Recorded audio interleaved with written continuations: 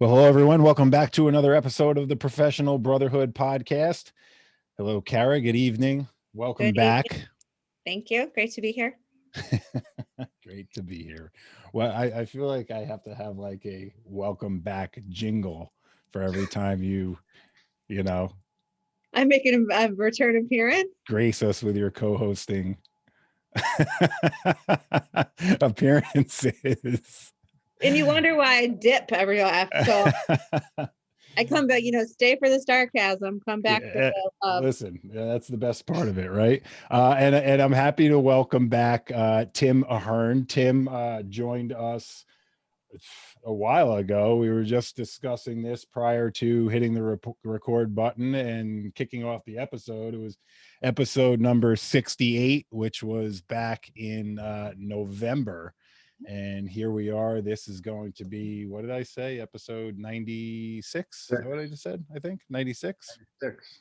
Yeah. So, Tim, welcome back. Pleasure to have you again. Thank you for joining us.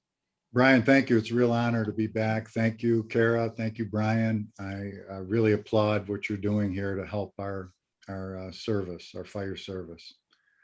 Well, we could not do it without great people to talk to, and you're one of those people, and I'm honored to have you back on the show with us again. The first episode that we did together, we named Eagles and Ducks, which fell in line with our conversation that we had that evening, and it got a lot of positive feedback. Tons of messages. I know I got a lot of messages. I know Kara got a lot of messages. People just saying what a great episode it was, and what kind of, how many, different nuggets they took away from that episode, which look, that's what it's all about. It's this has really been a fun ride, and what makes it so much fun is actually realizing that you're making a difference, and people are getting something out of the content you're putting out. And in order to do that, we need great people to talk to. So thank you. Very kind, Brian. Yeah, well, very kind. Hey, I'd like to dedicate tonight's podcast. I was looking up some numbers today in my office. I want to dedicate this podcast 96 line of duty deaths impacted the fire service in 2020. 35 of those were COVID related. Dedicated to the 36 year to date line of duty deaths we've had so far in 2021. And I just want to celebrate this incredible profession that you've dedicated so much of your time to try and help us improve. There's 1,115,000 firefighters in the US. 33% or 370,000 are paid. 67% or 745,000 are volunteer. There's 328 million people in the United States. So when the tones go off, 0.3% of the population across this country are those that get up to answer the call. So anything you're doing, Brian, you're doing, Kara, whether it's to try and help our firefighters be better prepared, take care of them mentally, take care of them physically, just leave a place for them to find encouragement or inspiration, I think is critical. You worry who will answer the call, Sure.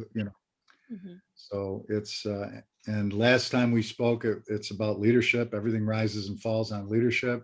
So we've got a very, very small percentage of the population willing to do this work. And everything's going to rise and fall on the leadership.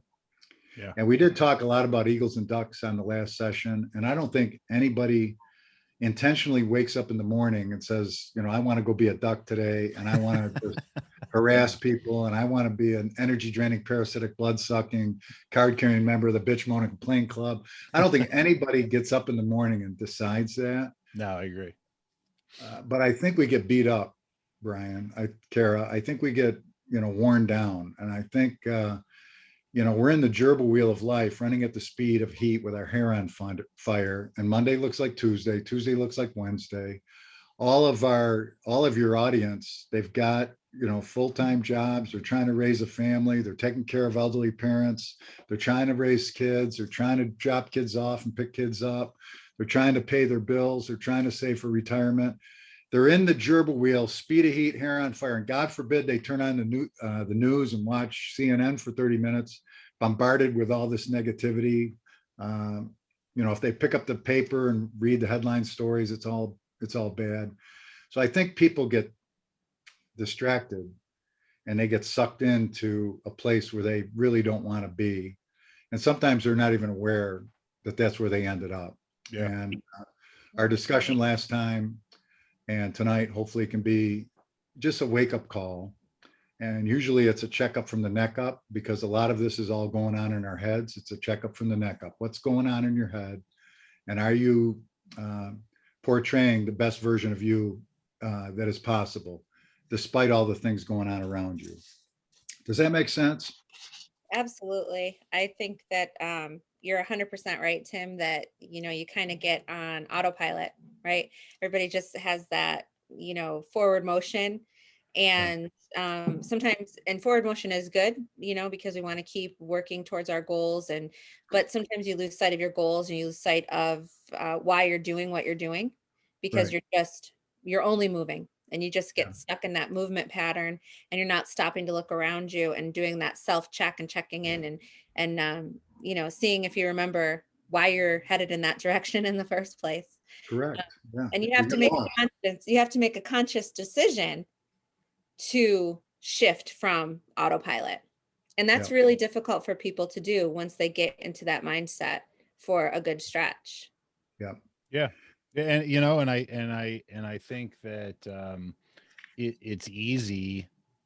Everybody finds themselves in that mindset on occasion, right? I don't care how positive you say you are or how focused you say you are. I mean, like you said, Tim, I mean, just life can get you in that mindset at any point in time. Look, even for me running this platform, that like there's days where I'm like, what am I doing?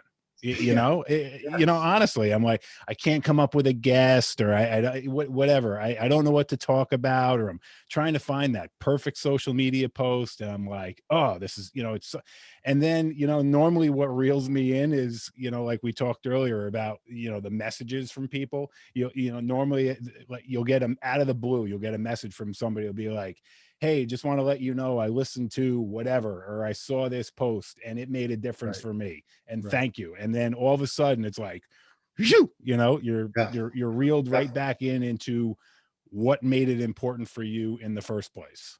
Right. We speak in front of some big audiences on occasion. So we've had the 5,000 people or the 1,000-person group. And many times the message, and it's the same as your podcast, Brian,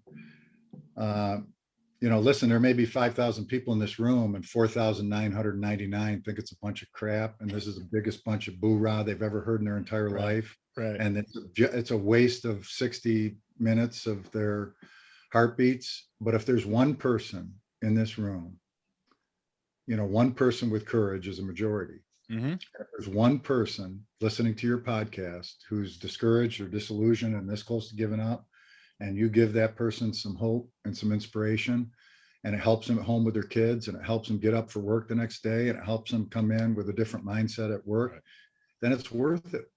I'm okay if 4,999 say it sucked. It doesn't work that way. It does start to weed out some of the toxic people. I have my clients every day do their numbers, okay? Because we get sucked into this thing where most people live on Someday Isle, and most people go to the grave with the music in their hearts. So I don't want you living on Someday Isle, and I don't want you going to the grave with the music in your heart. So we have all our clients do their numbers. Now, the average man will live 27,375 days. The good news is for Kara, women might live a few days longer, but let's use the number. Let's use that number, 27,375. This year, we've had the largest decrease in average life expectancy that we've ever had in the US since World War II. But 27,375. So I calculate how many days I've lived. I just celebrated a birthday. I've now lived 23,725 of my days, if I'm lucky. Now, we all go on calls and we answer an alert and someone didn't get to have 27,375. Sure. My business partner Murphy named his son after me. It was Timothy Patrick Murphy. I did the eulogy at his funeral when he died at 6 months. My business partner died at age 61, didn't get this many days. So I subtract my numbers from 27,375. If I'm lucky, I have 3,650 days left. I like to divide my numbers by 7. So I know I have 521 Sundays. If I'm lucky, I have 521 Sundays left. This podcast with Brian and Kara matters, and it's important. And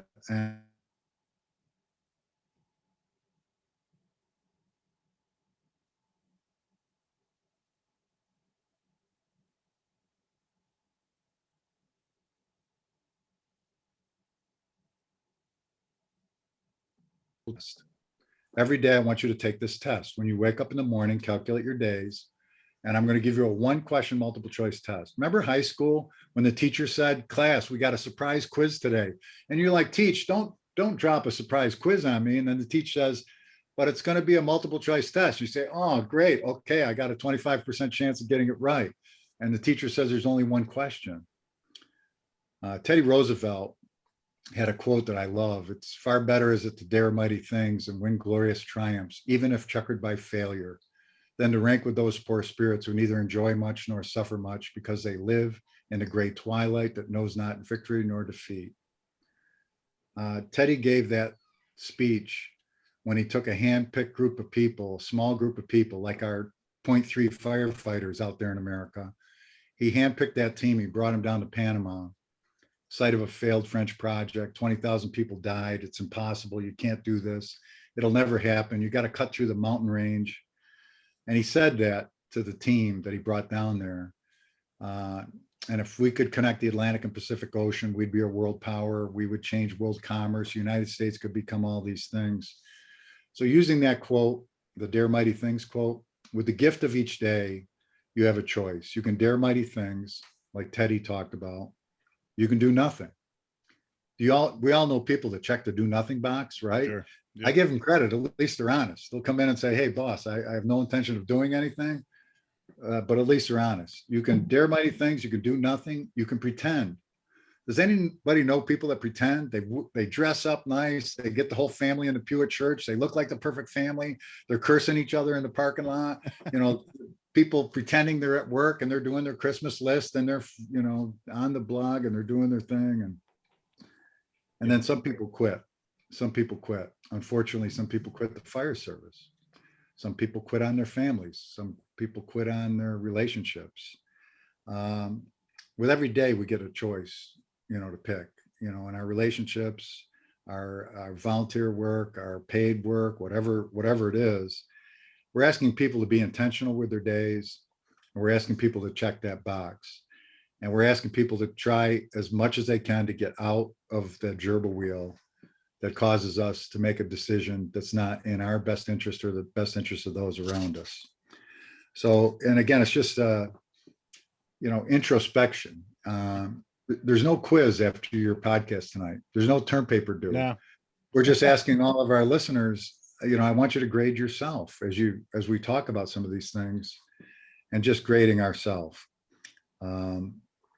And we did talk a lot about eagles and ducks. So if we can just revisit that foundational piece and we'll dovetail off of that. Sure.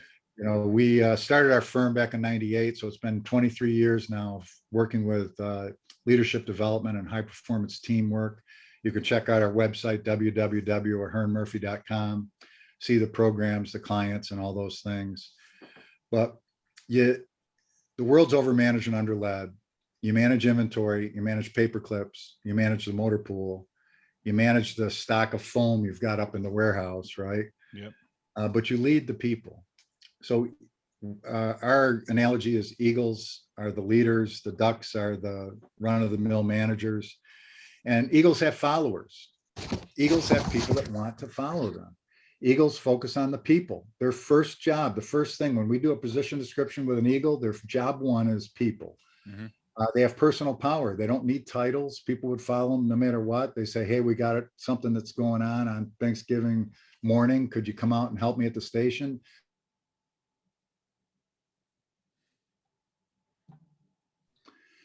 Eagles use affirmation, encouragement, and support. Greatest tool in a leader's toolbox. Too many people wait for wakes to bring it out. Eagles speak in plurality. They're always talking about we and us. They're inclusive of the team. They inspire those around them. It comes from the Latin word inspirare. It means to infuse with air and life. Eagles infuse the room with air and life, while you've got the other side that's sucking the oxygen out of the room. Eagles are fire starters. We're going to talk about a Albert Schweitzer quote tonight, which I love. I want you all to think of the fire starters in your life. Who are the people that lit the flame in you? Who are the people that saw things in you didn't see in yourself? Who are the people that believed in you when you didn't believe in yourself? Who were the 3 or 4 or 5 people that changed the whole trajectory of your life? I want you, your listeners, I want you to write down the names. For me, it was Mrs. Carter, a 4th grade teacher. Then it was a 6th grade gym coach, Mr. Davidson. You know, it was my senior year varsity football coach, Coach Campbell. You know, write down the names of the people. My immigrant grandparents didn't speak English. So they light fires inside people. They make connections. Everyone communicates, few connect. It's a great book by John Maxwell. We're living in a world where you're bombarded with more information in a week than people used to get in a lifetime. So with all this bombarding of information, our ability to connect with people is at an all-time low. So Eagles know how to make connections with people. Eagles come in, even though there's 1,000 reasons it can't be done, Eagles will find the 1 or 2 solutions to make it work. They're focused on solutions, and they're stokers. They stoke the flame. They stoke the flame. Now our Ducks, on the other hand, and we just graduated a class of leaders in a defense company. They make whiz-bang technology that make our jets undetectable and the ability to drop missiles on targets. So they're really papered up, smart engineering types, but they lack in some of the people skills. So we had to give them the eagle and duck thing. So this one dude comes in and makes his final presentation on ducks. Man, you're mean. Why are you so mean to ducks? And he's teaching the whole class about ducks. I said, hey, it's just an analogy. But ducks have subordinates. They talk about the people that work for them. They talk about the people that are under them. They talk about all the people that have less stripes than me. Ducks are always focused on the things. The Eagles are focused on the people. Ducks use their authority. They're pointing at stripes. They're telling you, I'm higher on the chart than you. Ducks use fear, threat, and intimidation. There's a lot of screaming and yelling going on with ducks. It's all about me and I. They're using directing instead of inspiring. We get hired by people try and hire us, these duck companies, and they want us to go down and light fires under the people down in the factory. We don't light fires under people. We light fires in people. Ducks communicate. They'll use excuses like I sent you the email, CC'd you on the email to 500 people. Ducks only focus on the problems, and the ducks soak the flames. So there's our 2 lists, our polar extremes. For sure. And leadership. Leadership is an art of the heart that accomplishes more than the science of management says is possible. So the ducks are practicing a lot of science of management, while the Eagles understand this art of the heart. And you take some Eagles with a team of people that are underdogs, and they will make a magic happen. My favorite example is William Wallace. Braveheart, high school kids dig Braveheart. We do these programs for high school kids. Yeah. They dig Braveheart. The SU lacrosse team used to come out for warmups, and they'd play the soundtrack to Braveheart when they took the field and do their thing. Braveheart, the date was September 11th. It was September 11th, 1297, 2,000 peasants, starving and outnumbered, armed with pitchforks and rakes on one side, and this was the Battle of Stirling Bridge. On one side of the hill, the world's largest, best trained army with full cavalry of 10,000 people is at the other hill.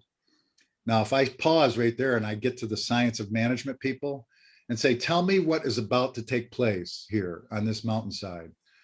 2,000 peasants, starving and outnumbered, led by a lion named William Wallace, against the world's finest, best trained military, 10,000 people. Pause, ask the science of management people what will happen. They'll tell you it's going to be a massacre. Yep, absolutely. Right? But the opposite happens. The 1980 US hockey team, bunch of kids go to Lake Placid and they're going to play the Russian professional team. Same kind of thing. Mhm.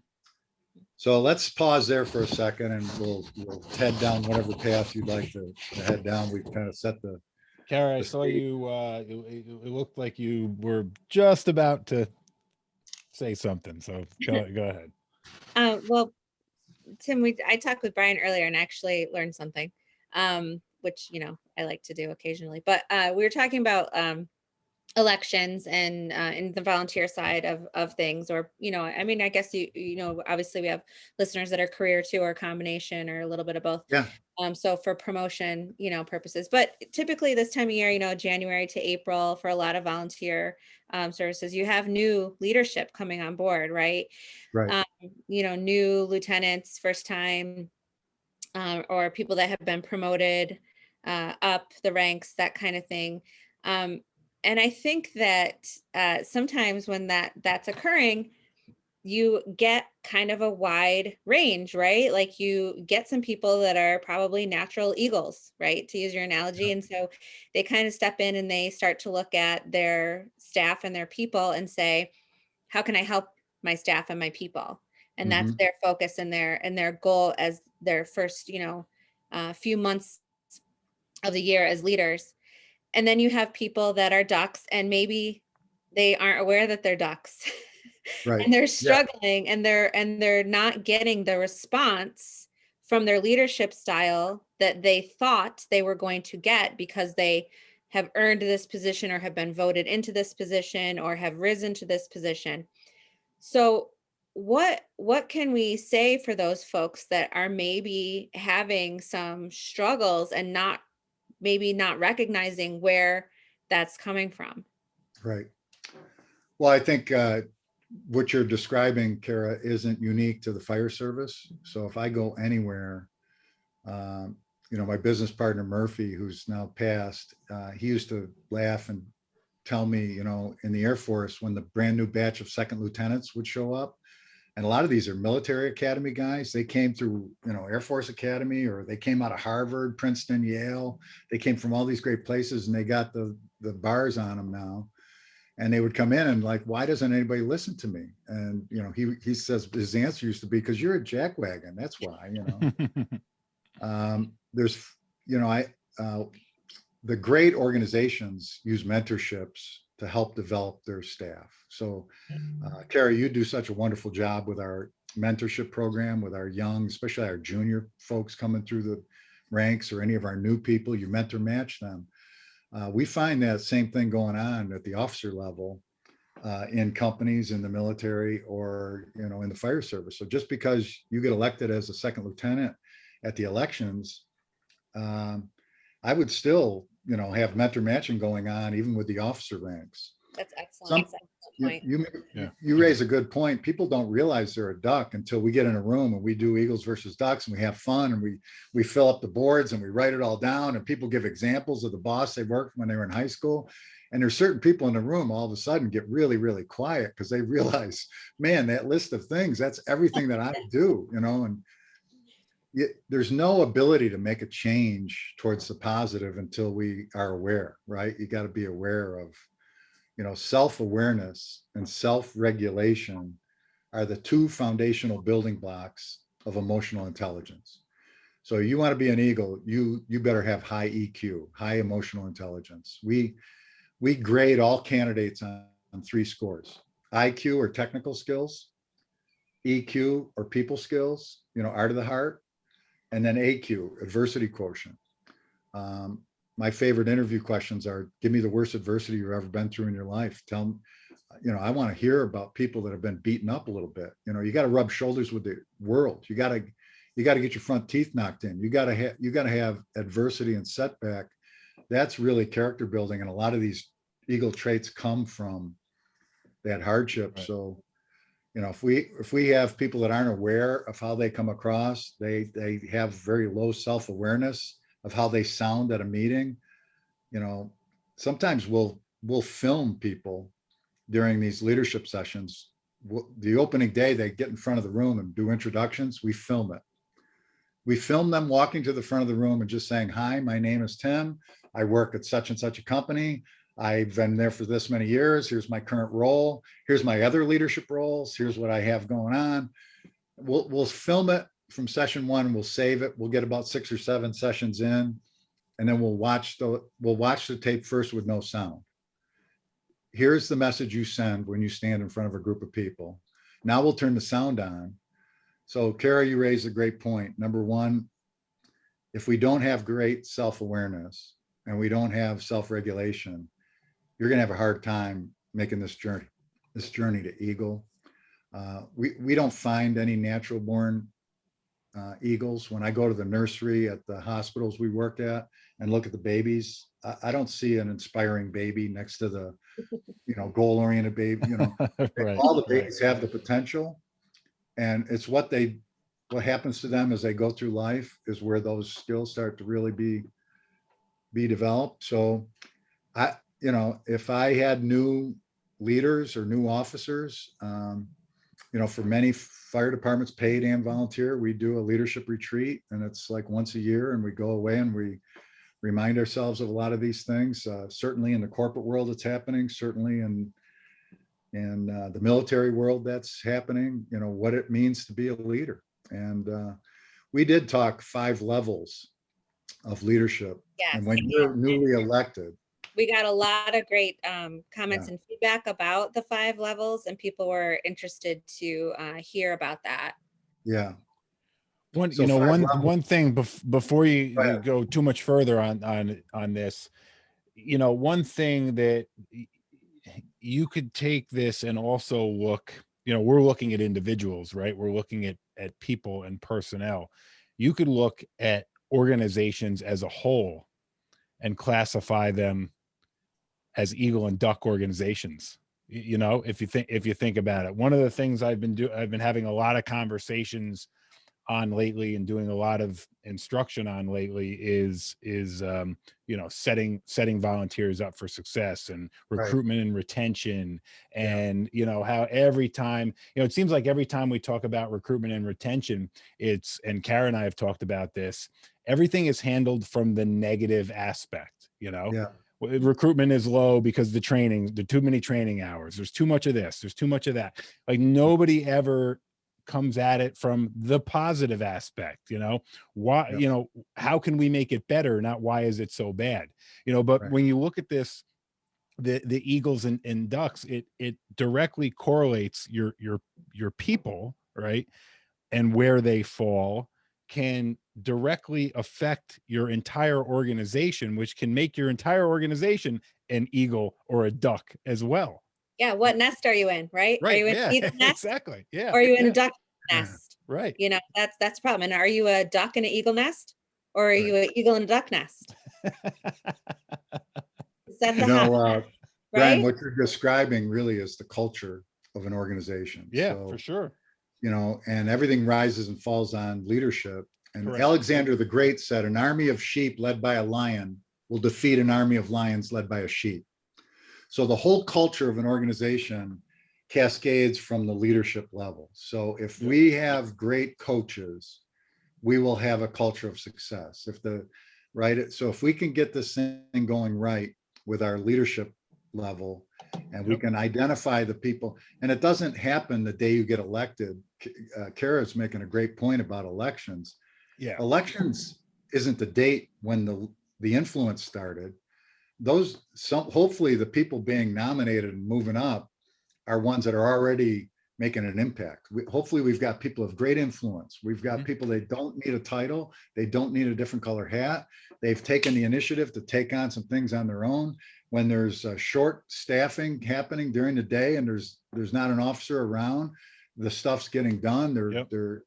So many times, that culture, you're absolutely right. The Eagle culture, the Duck culture resonates usually from the top. Now, it's hard to change it from the bottom up. It's happened. We've worked with some companies where you're working at lower level supervisory ranks to try and make a change up through the hierarchy.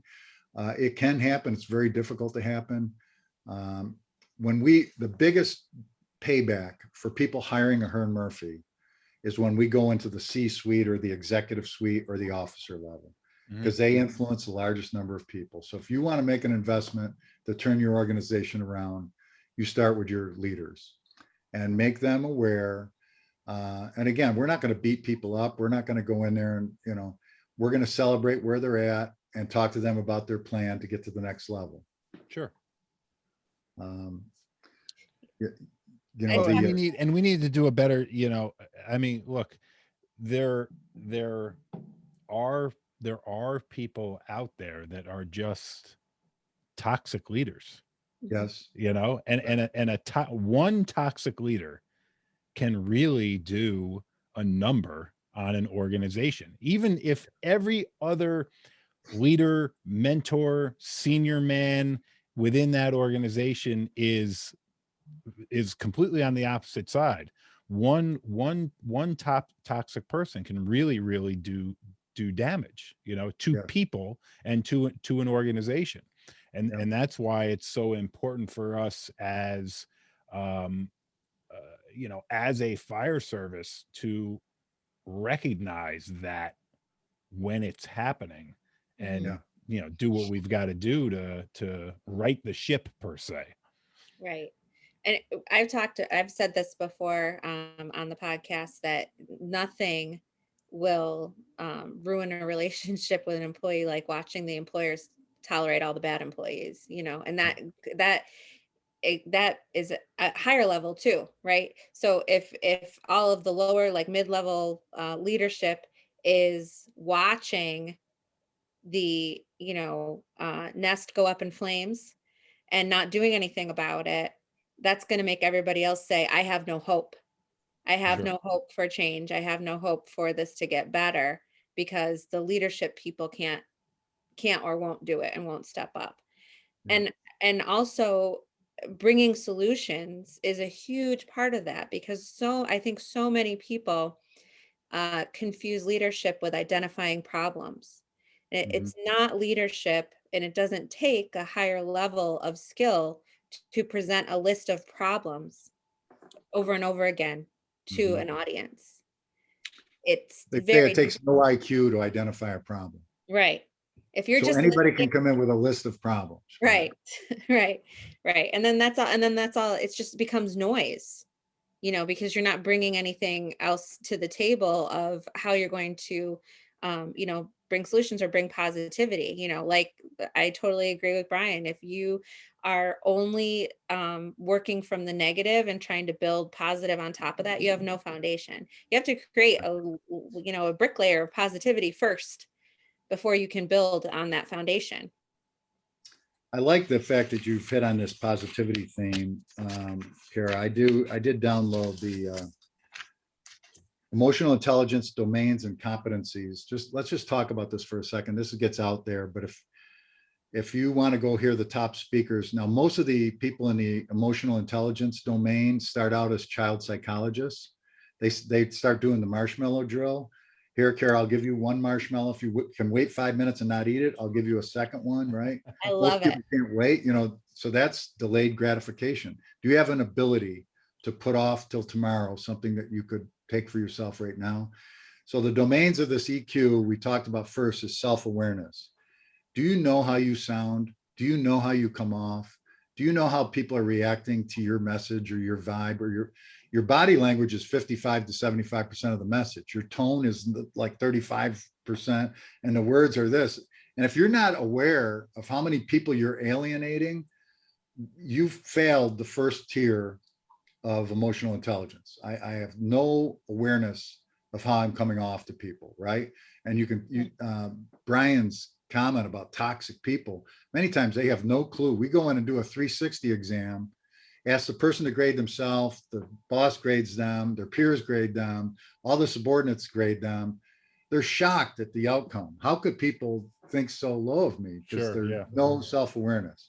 Next, it's self-management or self-regulation. When you feel like strangling somebody and screaming at the top of your lungs, do you have the ability to emotionally control yourself? Can you take, when I was coaching high school football, the greatest session I attended at a coaching, coaching high school football, all the coaches, we went to clinics every year as a group. All the coaches went to the clinics. We wanted to hear the top coaches around the country. Most of the jackwagon coaches are listening to the X and O guys that can draw up fancy plays. The great coaches are going to hear the psychology of winning. How can you help young people win in their mind? How can you be a positive influence to people? But that's just like similar to the fire service. So, and the best tip I ever heard was, don't deal with that discipline problem today. Tell the player you'll talk to him about it tomorrow. Don't deal with it right then, because you're going to regret what you say. You're going to say something you didn't mean. Tell them tomorrow after practice, I want to see you. We're going to talk about what just took place here, and give yourself that time to really think about it. It's like banging out the angry email, That's it. You That's just it. Don't bang send it out if you want to, but just don't hit the send button. Don't hit response. send Yeah. it. Right. So Did I? emotional self-control, adaptability, achievement orientation. I can't tell you how many times I walk into an organization, fire service or any organization. What are the goals? What are we trying to achieve? And there are none. The goal is, I don't know, the goal is to survive. Our goal is to be alive. What is the goal? Achievement orientation, positive outlook. Part of this self-regulation, you have 80,000 thoughts a day that go through your head. Every day, 80,000 thoughts are going to pour through your head. You're drawn to your dominant thoughts. Can you take those 80,000 thoughts and be drawn in a positive outlook? Or are you going to be the energy draining, toxic person? Brian's right. We find one energy draining, parasitic, blood sucking, card carrying member of the bitch, moan, and complain club will take the whole team down by 35%. That one person's on vacation for a week and they're not there, the whole team performs at a whole different level. Yeah. They come back from vacation and show up, the entire team is going to be downgraded with the presence of just this one. And so we get self-awareness, self-regulation. We've got goal orientation, we've got control, and the positive outlook. So again, you start asking, do we have positive people or negative people? It's a social awareness is next. Empathy. They feel for the high school kid. They feel for the kid with two young kids. They feel for, and organizational awareness. They sense something's not right with our organization. They sense when the key people in the organization stop speaking, that's a signal, right? It's, and then it gets us to the relationship leadership, the ability to influence, the ability to coach and mentor, the ability to conflict manage, the ability to enhance teamwork, the ability to be an inspirational leader. That's level 4, right? You got to build the foundation and the basement and the footings before we can get to the people hire us and say, hey, I want you to turn me into an inspirational leader. And the person has no clue about how they come off to people, right? So Right. We have to go back to the beginning on here, and you hit some great ones. Controlling your, being self-aware, controlling yourself when you want to rip somebody's head off, taking a deep breath, positive outlook, goal orientation, achievement orientation are really foundational pieces here. So someone newly elected, Kara says, I'm newly elected. Man, if they're not assigning mentors, I would be asking for one. If I was a newly elected second lieutenant, I want a mentor, and I would go seek out the officer that I admire and respect most, the person I would run into fire and broken glass with, no matter what, and the person that I respect, and I'd want to talk to that person. And you start out at the lowest level. Level 1 is position. And we all use this in our own life. I'm your father and I said so. That's a level 1 leader, right? I'm using my title to try and get people to follow me. And you go to level 2 by building relationships and trust. The foundational building block of a high performance championship team is trust. So if I don't trust that new second lieutenant and I'm a member of the rank and file, it's going to be hard. It's going to be hard. It's going to be a difficult journey. So yeah, absolutely. So just, building that relationship, building that trust, not trying to pull rank. My partner Murphy was revered. I spoke to a lot of people that flew with him. They'll talk to me about why he was different. He was different because he was a janitor in the Air Force who got went to night school, lunch hours, weekend school to get a degree, late became an officer, and then, graduated #1 in pilot training. He was revered wherever he went because he never forgot where he came from. No matter what base he went to around the world, he would park his F-16. All the other pilots couldn't wait to get out of the cockpit and run up to the officers club. He would park his F-16 and go into the hangar with the guys with the mops, the guys with the wrenches, the guys turning brooms, and he would tell them, I used to be one of you. Mm-hmm. And you don't know how much I appreciate the job you are doing. So I get to fly this jet for 2 hours, and it runs out of gas in 2 hours, right? I get to fly this jet for 2 hours unless I midair refuel, but it takes 100 of you to allow me to make that mission possible. It takes the guys turning the wrenches and the armaments and the weather forecasters and the midair refuelers. And he never forgot where he came from. So my advice to a new officer, newly elected, or an old officer that's been in the ranks, don't ever forget where you came from, and build the relationship and build the trust. Take whatever time you need to build it. This running around barking orders and, doing a bunch of the duck things isn't going to do it. And then I would say, when bad things happen, my advice to an officer, take full responsibility for it. When good things happen, give all the credit to the troops. Yep, absolutely. And you'll start to make the climb. Yeah. Do you think that just in terms of the fire service, and Brian, maybe you have thoughts on this too, but because of our culture as firemen and kind of like the historic way that firefighters operate, kind of in terms of emotional intelligence and emotional awareness, we're taught to shut off emotion, right? I think that sometimes there's a misconception or a lack of understanding that having empathy for your team and having empathy for your brothers and recognizing the value of your people can be accomplished, and you can have emotional intelligence about yourself and still be able to do the things we have to do the calls that we go on. Right. I think sometimes that wall gets built up, and then the wall becomes universal to all aspects of our lives. And it really doesn't need to be that way. But I think culturally, it's challenging when anybody hears the word emotion in the fire service, they're like, nope. Yeah, right.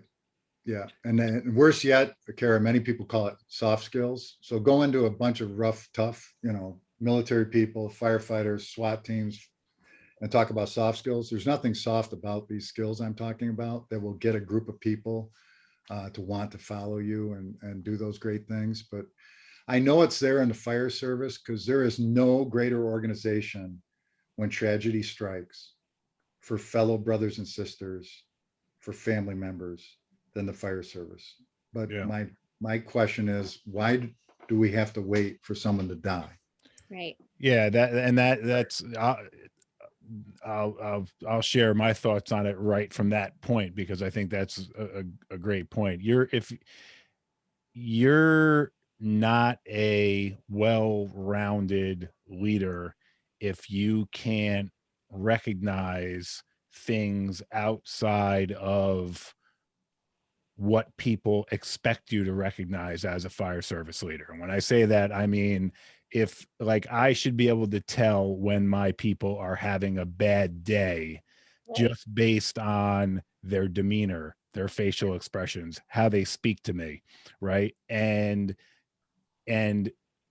they appreciate it, you as a person and a leader, even more if you're skilled to that degree where you can see somebody and have a conversation and then say, just then take them to the side and say, hey, everything all right with you?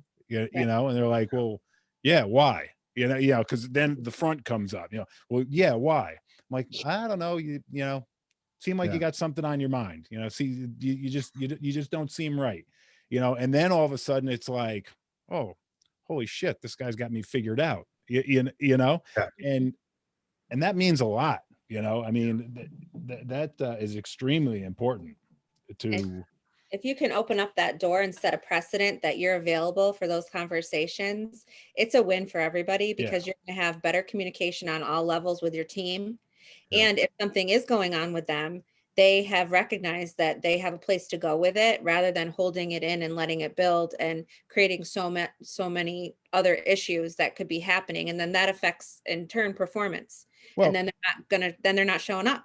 well, and then let's take it one step further, because then it goes the other way too. Look, there's times where I walk into the firehouse and I'm not having a great day, or I'm not in a great mood, or there's something going on in my life, and there's people that can pick that up with me and will Yeah. be like, yo, hey, what's up? Or shoot me a text on the side and be like, hey, are you all right? Yeah, So right. it goes both ways. And once somebody knows that you're willing to have those tough conversations, or that you just simply care, they're going to give it back.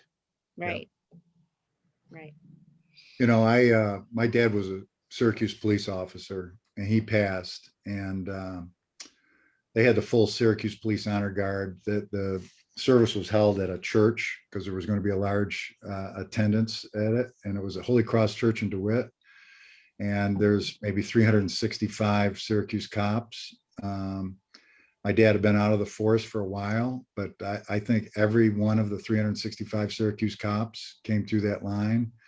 The full honor guard, the police escort detail, the helicopter flying overhead, taking them to but I'll tell you, the standing at that service at the wake, when the Caz Fire Department showed up, all these cops are coming through. Next thing my brothers and sisters are showing up in their blues. Sure.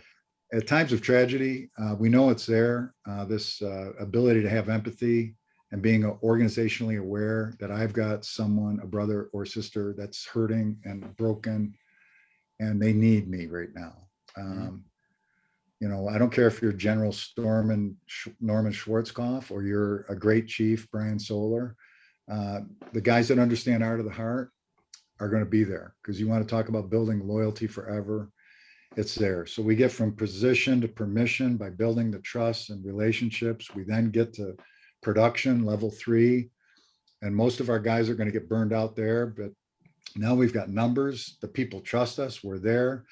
But it doesn't work without you being there, right? Sure. I mean, you're on every call. You got to be in the front seat. You got to be the one doing it all. A lot of my work that I'm spending with burned out leaders, they're stuck at level 3. And my job is to help them get to level 4, which is build your bench. So instead of answering every call, I want you developing that new second lieutenant that has no trust in relationships, and get that person in the seat, right? Give up your seat for that person. If it's certain calls, you're going to take the front seat again. But these other ones, you're going to want to get that person some experience, right? You want to be the one to make sure they get some action under their belt. So I think a lot of the themes, I believe it's all there. I believe it's all there in the fire service. I don't think people intentionally are going out of their way to, do the duck example, Brian, but I think we just get beat up. Yeah. We get discouraged. And leadership, we talk to our people about leading up. We got a junior firefighter. He's 19 years old. He's, college shut down because of COVID. So he's back with us. He was a high school kid with us, Isaac Wahlberger. He's 19 years old, 18 years old. He's a high school kid. He can lead up. He can inspire the chief, right? Sure. He knows absolutely. Absolutely. He can lead up to any of our officers by just saying, hey, I so love working with you on these calls. I learned so much by being with you. You don't need a title to be a leader. All the things we're talking about.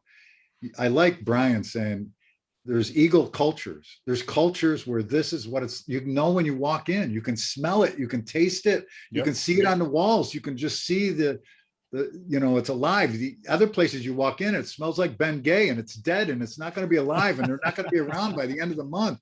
Yeah. And it's just everybody screaming and yelling and bitching at each other. And to the point that you just made regarding, leading up, look, I've got a great personal example of that. When I got on as an instructor 17 years ago, the one of the guys that had been on the job for quite a few years, it was one of my instructors. He was he was like tapped out. He was done. He was tired of the bullshit. You know, he was just like, Yeah. he was, he was saying, oh, I'm not going to be here very longer. And when I got on, he was reinvigorated, because I Right. came in with such enthusiasm and such emotion, wanted to change the world, wanted to make all the programs better, and he ended up teaching with me for another, 10, 12 years, Yeah. and now I'm that senior guy, and there's days where I'm like, oh God, but now I've got kids coming in that have been my former students that are coming up to the instructor ranks, and I'm that guy. Like I'm Right. getting Right. I'm getting Yeah. my drive from them, because Yeah. they're so excited and they want to learn and they want to make it better and do it better, so Right. it's all a constant, Fire starting. yeah, exactly. Fire Fire starting. Yep. starting. That's what it And is. It's when you the take a quote. leadership role, you should be looking for who's going to replace you, Yeah. Yeah. and pick that person and start working with them. Like Mhm. Tim, you gave a great example in our department of Isaac. Isaac is my current mentee, and we work together a lot. And his enthusiasm is contagious. It is. And he, as you pointed out, he's young, and he came to us as a junior, and he went away to college. COVID shut him down. He had to come back, and we're so happy to have him, back with us. And I think some departments would say, well, you're putting all this effort and training into this kid that may not stay with you because he's 18, he's going to go back to college or he's going to go somewhere else. He already, started with the department up where his college is. We have, it's like, thinking globally and acting locally. We want to build these guys up and make them excited about the fire service and lead them and turn them into leaders for the benefit of the fire service. I love if Isaac stayed with us, forever, but if he goes somewhere else and takes what he learned with us and keeps that level of enthusiasm at his next department, and then passes that on to a younger member wherever that is, then that's an immeasurable gift that we've given for the fire service, for the greater good, for the brotherhood. I think you were listening in on one of our county Zoom calls this week, because we had this exact conversation, because we have a recruitment and retention committee together, and we're looking at things globally on how we can help everybody, all the organizations in the county work together to recruit and retain and build mentorship programs and all this stuff. And that was one of the exact conversations, oh, we get somebody and they're only here for 2 years because there's nothing in our community and they're out of here and they're gone. Okay. Right. But and I get it. It's it's frustrating because you want to retain that member, but at the same thing, at this, globally, you're giving something to the fire service, Yes. right? To the fire service, and that's important. There's something to be said for that. Absolutely. Positive outlook is part of our emotional intelligence series we just talked about. Mm-hmm. Why would a person plant 100 trees that he'll never see the shade from? So there's only one question on the final exam. Most people live on someday Isle. Most people go to the grave with the music in their hearts. There's one question on the final exam. While you're on Earth, what did you do with your life?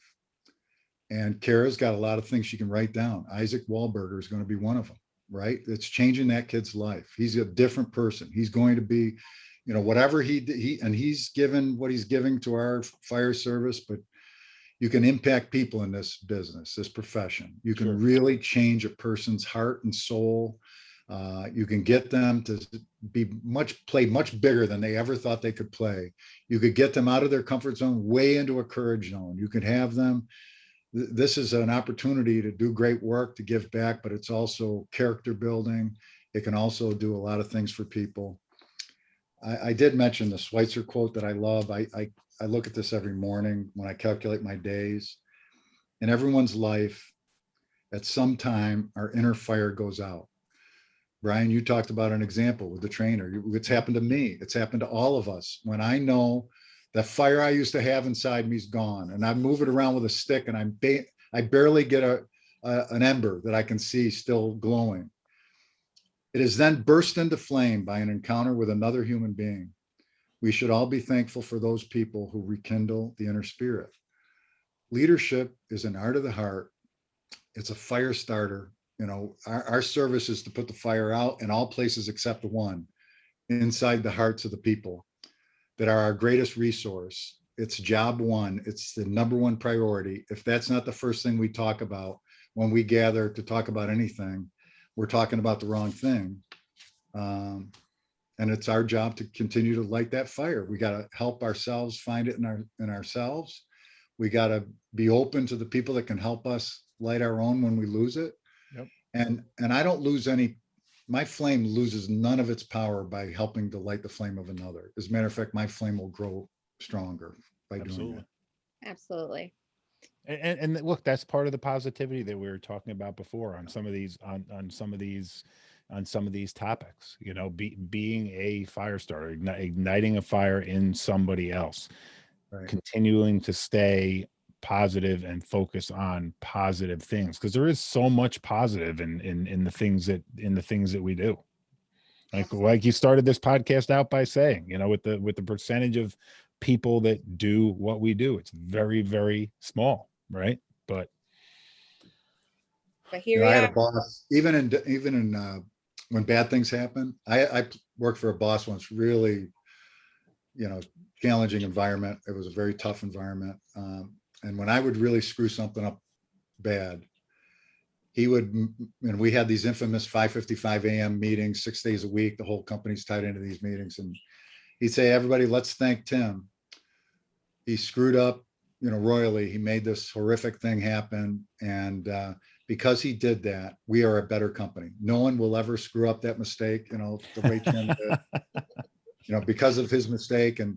But he would grab me right after that meeting and pull me into his office. He said, Tim, you know, everybody thinks really highly of you here. And the fact that I came after you today in that meeting and made an example out of you makes everybody, you know, feel, you know, blah, blah, blah. And he says, you know, even when we have to have a hard discussion about something that didn't go right, we can Sure. do it in a positive light. We don't have to demean anybody. We don't have to ridicule people. right. And make a positive out of it. Right. Absolutely. Good stuff. Yeah. Kara, what else what other questions did you have? We're at about an hour right now, so I think we touched on a lot of what the feedback was from the listeners. So I really want to thank Tim for taking, you know, another one of his 500 plus Sundays that are left. Yep. And 521. Yeah. sharing them with us and with our listeners, because they, you know, if you look at even at the YouTube comments, they're like, when is part 2? And, you know, yeah. so I think it's going to be, it's nice to have the opportunity to have you back to continue the conversation. We really appreciate your time. I'm typically not a stats or numbers guy when it comes to the podcast, just because I don't want to get, you know, I don't want to get wrapped up in that aspect of it. Like whoever's listening is listening, you know, and we know that it's probably most of the Eagles that are listening, right, to these podcasts. But you know, our first episode together for a long time was our most highly downloaded and viewed on YouTube. So we definitely gave a lot of valuable information to some people, and I really appreciate that, Tim. It's great, you know, and thank you for all of it. I'm proud of you, Brian. You and Kara. Keep it going. Keep it alive. It matters. This stuff matters. You have no idea who you're helping, and know that there's ears out there and hearts that can be helped with this. Absolutely. Well, you know, I'm hoping that as we come out of this whole pandemic situation, that the next time that we do this, maybe we'll do it around somebody's kitchen table, you know. Sure. Yeah.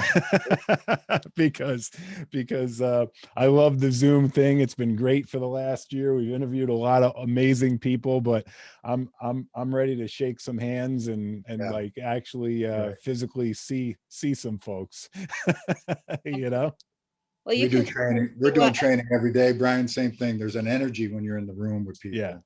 that you can't match this way. So we're doing it. We're making it through that. But now people want to be back in the rooms.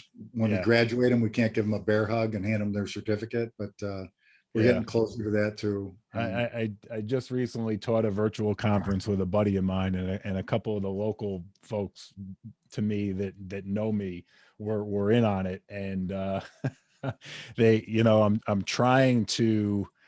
I'm trying to pull people out of, I'm trying to get them to just unmute themselves. Like I'm trying to pull them out of the screen because that's just my style. Right? Like that's my teaching style.